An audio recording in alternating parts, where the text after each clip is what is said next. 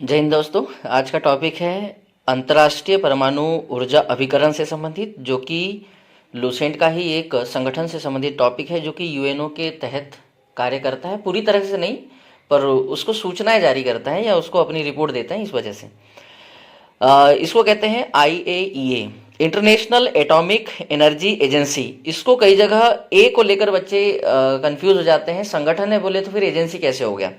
तो यह जो शब्द है, इसी को लेकर, फुल फॉर्म को लेकर कई बार क्वेश्चन घुमा देता है। तो राष्ट्रीय परमाणु ऊर्जा अभिकरण कहते हैं, और इंग्लिश में कहते हैं इंटरनेशनल एटॉमिक एनर्जी एजेंसी। इसकी स्थापना हुई थी 29 जुलाई 1957 में, और इसका मुख्यालय है वियना, जो कि ऑस्ट्रिया में है, यूरोप में है। Austria, not Australia. मैं ऑस्ट्रेलिया नहीं कह रहा हूँ, ऑस्ट्रिया कह रहा हूँ, जिसकी राजधानी वियना में है। और इसके मेंबर सदस्य अभी, या सदस्य देशों की या मेंबर की बात करें तो मेंबर अभी जो है 180 स्टेट इसके सदस्य देश है, जिसमें भारत भी है, जो कि भारत 1957 में ही इसका सदस्य बन गया था। इसका लोगो आप लोग देख सकते हैं, यह है इसका लोगो। और इसके सदस्य देश पढ़ लिए हैं। 2024 में कुक आइलैंड्स और सोमालिया, जो कि नए नए सदस्य बने हैं इसके 2024 में। भारत 1957 में ही इसका सदस्य बन गया था। इसके महानिदेशक जो है वो है राफेल ग्रॉसी, और यहाँ एक स्वायत्त विश्व संस्था है।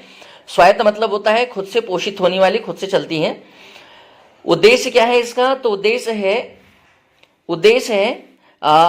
IAEA एक अंतर्राष्ट्रीय संगठन है जो परमाणु ऊर्जा के शांतिपूर्ण प्रयोग को बढ़ावा देने तथा परमाणु हथियार सहित किसी भी सैन्य उद्देश्य के लिए इसके उपयोग को रोकने का प्रयास करता है। इंग्लिश में लिखा हुआ है, पढ़ लेना आप लोग।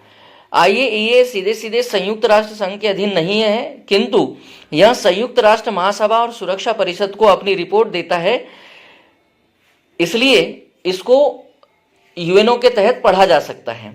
इस संस्था के मुख्यतः 3 अंग होते हैं। 3 अंग कौन कौन से हैं? तो आप लोगों को पहला अंग मिलेगा इसमें बोर्ड ऑफ गवर्नेंस, मतलब राज्यपाल मंडल। दूसरा है जनरल कॉन्फ्रेंस, मतलब सार्वजनिक सम्मेलन।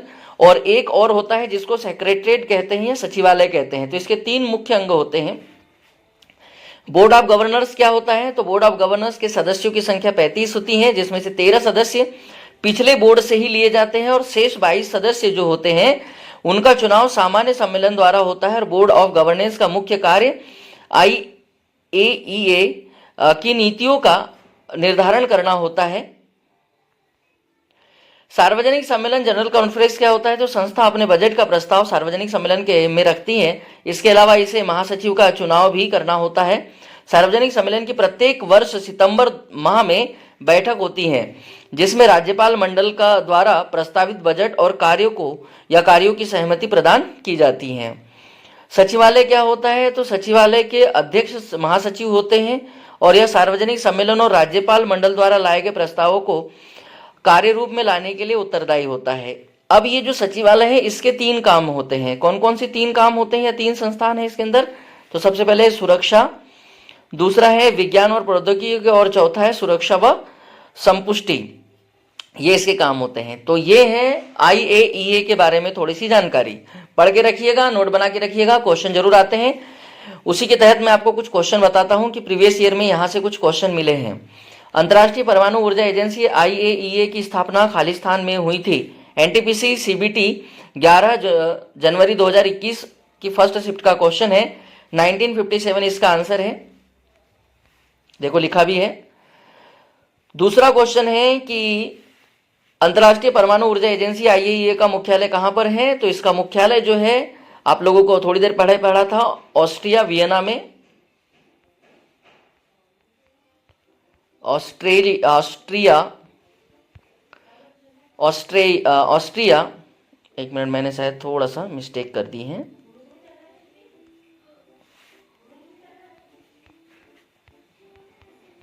ऑस्ट्रिया में है ना?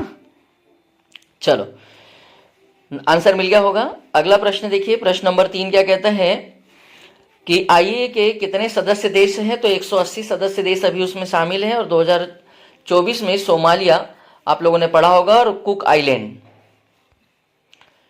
IAEA का सदस्य भारत कब बना है? तो 1957 में ही बन गया था। प्रश्न लिख के रख लेना, बड़े कमाल के प्रश्न है ये। आईएईए का महानिदेशक कौन है अभी वर्तमान में? तो राफेल ग्रॉसी है वर्तमान में, है ना, और एंटोनियो गुटेरेस पहले थे।